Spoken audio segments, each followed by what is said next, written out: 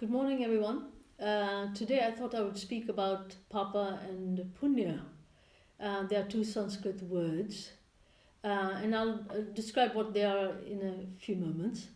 Um, the one thing I want you to take into yourself is that every action and speech provides for us experiences and consequences. Every action and speech provides for us experiences and consequences. And it's important to understand that. And nobody can deny that, actually. I realized when I was very, very young, in my teens, and I was doing my O-levels at the time, I did all the preps that one does for sitting for an exam. But the one thing that I had missed, and I didn't realize it till I failed again and again and again, that the most strategic thing I should have done is to look at my notes and see whether they answer any of the questions of the previous years. But it was so many failures in my life that actually made me realize that issue. And then as I became more strategic, all of a sudden I started to get high grades, and people started to call me intelligent, and all of a sudden I found myself at university. And so then I realized that life teaches us things, and we have to understand that.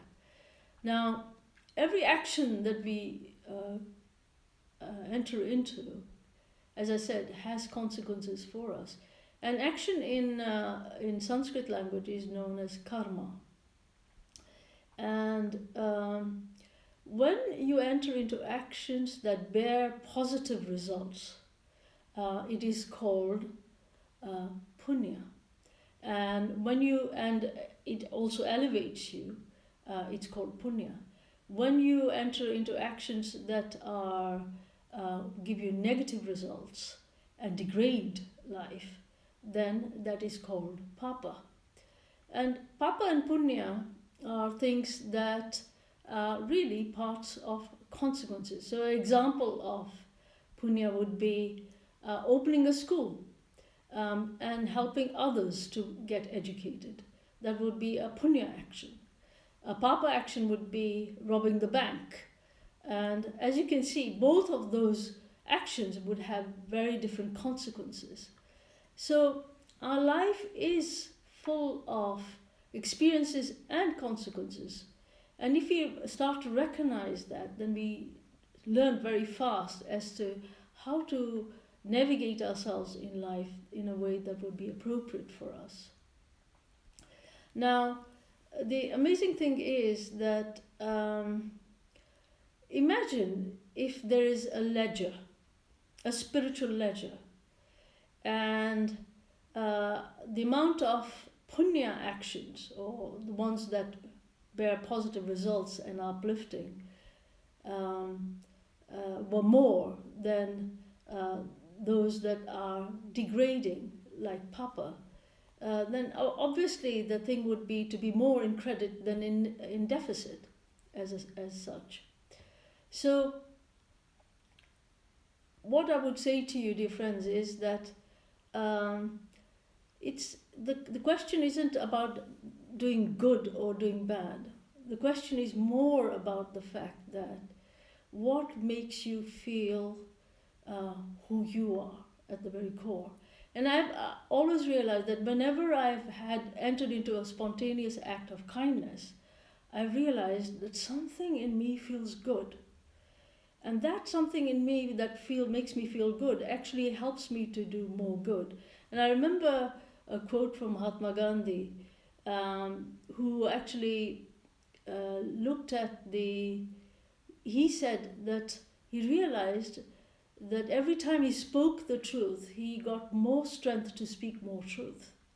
Now, if we apply that principle in our lives, and in order to make our lives work, then the thing is, if you enter into uplifting actions that are for the greater good, then you will find that you are able to do more uplifting actions in your life. And so that's why I said This is not about, I know that a few days ago somebody said to me, oh, you know what, Rita, I really like to be a rebel. And I said, well, if you really want to be a rebel in finding out who you are at the very core of your being. If you've got the courage and the strength to do that, then I can agree that you're a rebel. But to be able to conquer mountains and jump into rivers and do the Olympics, yes, they are all very sportive and competitive and give you a certain amount of accomplishment. But the real accomplishment is to find out who you are at the very core of your being, because knowing who you are allows your authentic self to come into the foreground. And you realize that all life and at the core of who we are is all good and is uplifting and it is upholding.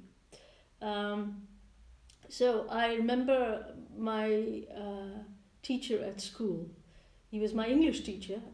His name was Tilak Banerjee. I gave him my autograph book and I said, write for me something that I can always remember. And he said, the glory of education is the nobility of character. The glory of education is the nobility of character. And I think that life is here to help us to move to our nobility, to be able to move to the greatest thing that we are within our beings. And we all know that we want to be loved. And the amazing thing is that when you give love to others and uphold others, then you feel that you're really in the core of who you are and what you are. It is so strengthening.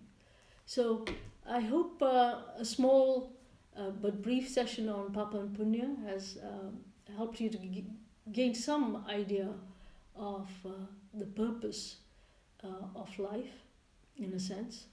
And remember also that in terms of our speech, to regulate our speech, try to be as empowering as you can to people. Remember, we all make mistakes. And it's amazing that if we can uplift people through our words and help them to move forwards and onwards. Thank you very much. Have a great day.